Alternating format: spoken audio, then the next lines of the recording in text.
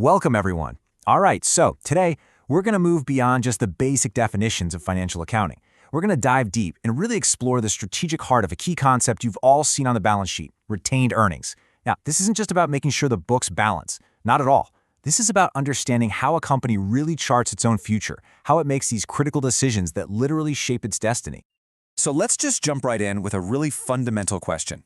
Let's say a company has a great year. It generates a healthy profit. What happens next? I want you to think about that for a second. This moment right here is a huge crossroads for management and for the board of directors. And the answer to this question? Well, it reveals more about a company's strategy, its confidence in the future, and its relationship with its owners than almost any other single decision they make.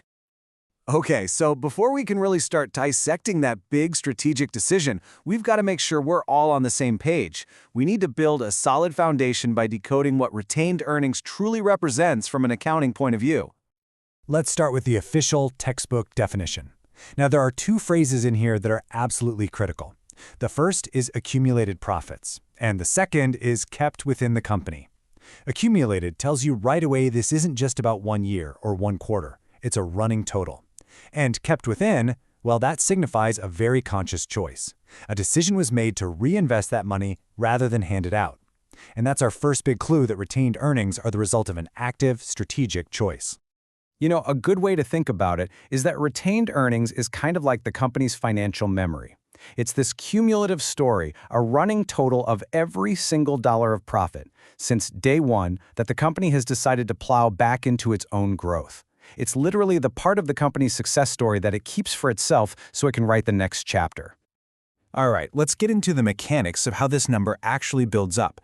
Now, I know formulas can sometimes look a little intimidating, but I really want you to see this one as a short story. Seriously, it has a beginning, an event that happens during the year, a choice that gets made, and then an ending. It's perfectly logical when you break it down. And here is that story in 4 simple steps. Step 1. We start with where we left off last year. That's our beginning retained earnings. Step 2, we add the good news, the profit or the net income from this period. This makes the whole pool of wealth bigger. Step 3, this is where we account for that big decision. What did we give back to our owners? We subtract any dividends paid out. And the result, step 4, is our new cumulative total, the ending retained earnings. See? Beginning, middle, end. So where do we actually find this number? Well, it lives on the balance sheet, tucked away in the stockholders' equity section. Now, this is a really, really critical point. Equity represents the owner's claim on the company's assets, and this brings us to a concept I absolutely cannot stress enough. Retained earnings is not a cash account. I'm going to say that again, and I want you to underline it in your notes. It is not a cash account. It's a measure of reinvested value, a claim on the company's total assets, not a pile of cash sitting in a bank account. We're going to come back to this, I promise. Okay, now that we've got the mechanics down, let's see how this actually plays out in the real world.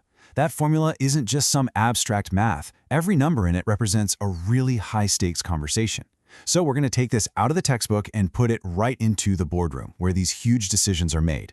Let's bring this whole calculation to life. I want you to picture this. The chief financial officer, the CFO, walks into the big boardroom meeting. They project this single number onto the screen, $100,000. And they say, "Good news, everyone. After a very strong quarter, we have a net income of $100,000. Now, we have a choice to make.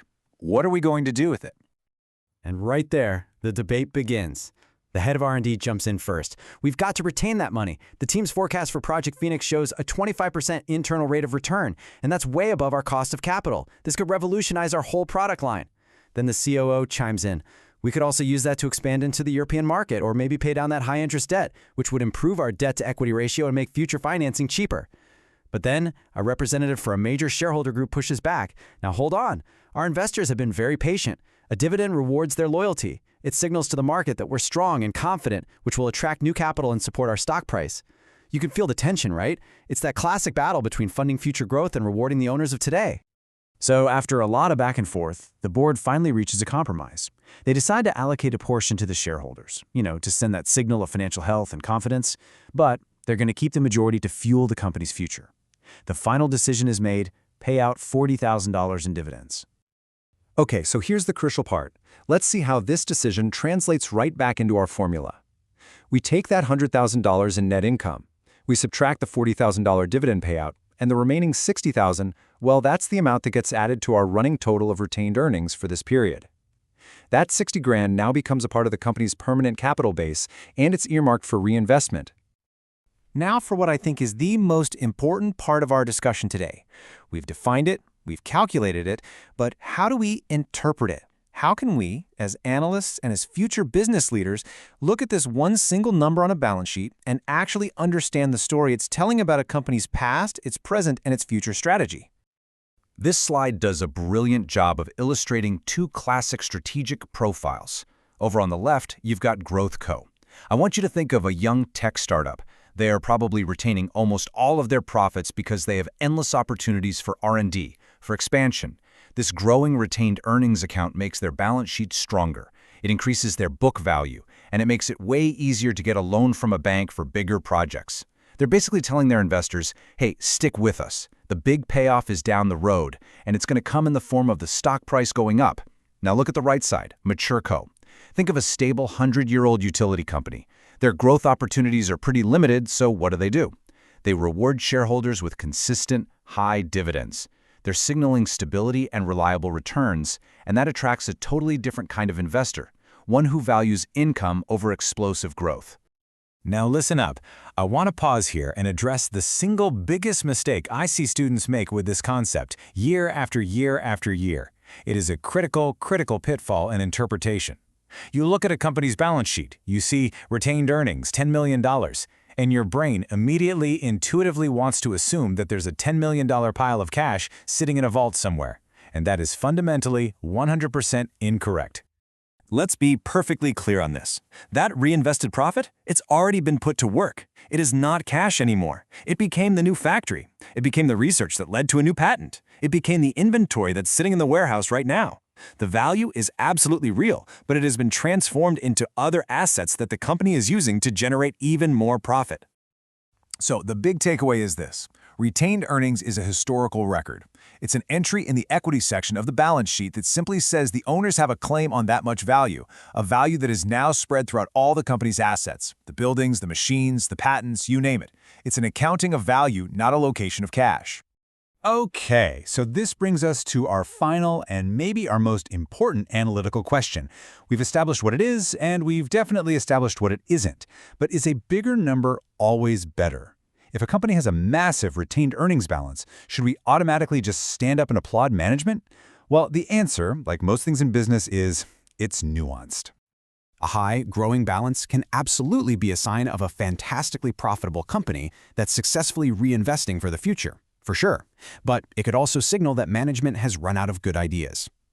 As analysts, we would look at something called return on equity, or ROE. If retained earnings are going up and up, but the ROE is flat or even declining, that's a major red flag. It suggests they can't find projects that will earn a better return than what shareholders could earn on their own. It means they might just be inefficiently hoarding capital. So you see, the number itself doesn't give us the answer. It gives us the right question to ask next. And that, right there, is the true power of accounting. It's not just about finding answers, it's about learning how to ask the right questions to make better decisions.